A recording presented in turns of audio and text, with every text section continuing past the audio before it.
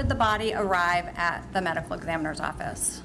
The body arrived in a sealed trauma bag, and inside that trauma bag were, I believe it was 8 individual black garbage bags containing remains. Were you able to identify that body? We were. Miss Emily Ferlazzo. Were there human remains in those bags? In some of them. Miss Ferlazzo had 2 gunshot wounds to her head. The entrances were on the left side, the exits on the right side. She also had multiple post-mortem, after death, stab wounds. Were you able to determine a manner of death for Miss Ferlazzo? I was. And what was that? It was a homicide. Were the injuries from the 2 gunshots the sole cause of Miss Ferlazzo's death? Yes. How many pieces was Miss Ferlazzo's body in? Just to answer the question, there were 8 parts. Were you able to determine what type of instrument was used to dismember Miss Ferlazzo? This was a sharp-edged instrument making well, I won't even say that, making cuts. And then there was evidence of a serrated instrument used as well.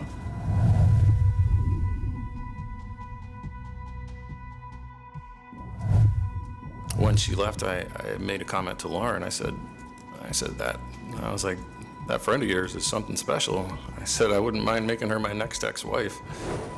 When I met her, I was polyamorous, and then she asked me to be monogamous, and I said that I would be monogamous with a polyamorous clause.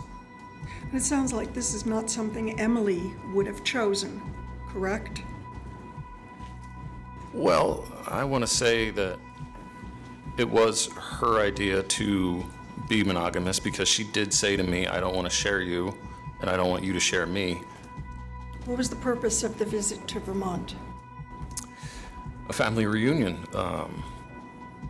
This was going to be an opportunity for Emily to meet some of my family. The drive there was fantastic. Like, we're singing along to the radio together. We're talking about how we're gonna start our trip and go meet the rest of my family. And she's all smiles, and then next thing I know, she's throwing stuff around. She's sitting on the bed scrolling. You're doing your yoga, dancing, and drinking. Yes. And you had lit some candles and incense. What happened next?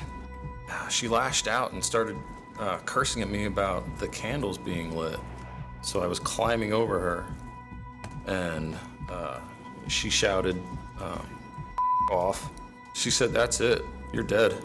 And she threw her arm under her pillow, and she pulls her hand out with the Taurus. I was holding my Glock, and she started just coming up at me, and I just fired. Did you shoot her because you were angry? No.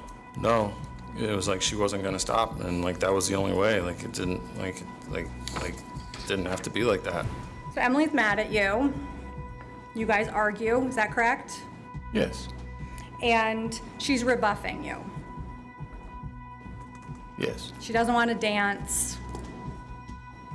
No. She doesn't want the candles on. Correct.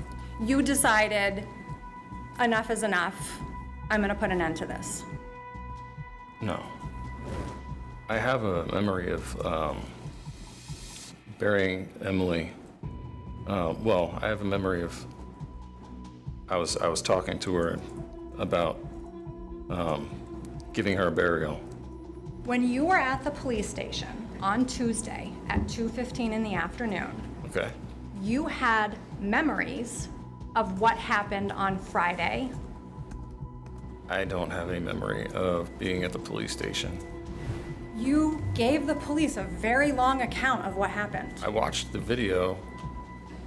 And you would agree with me that based on that, you had a memory on October 19th of what happened on October 15th and October 16th and October 17th and October 18th.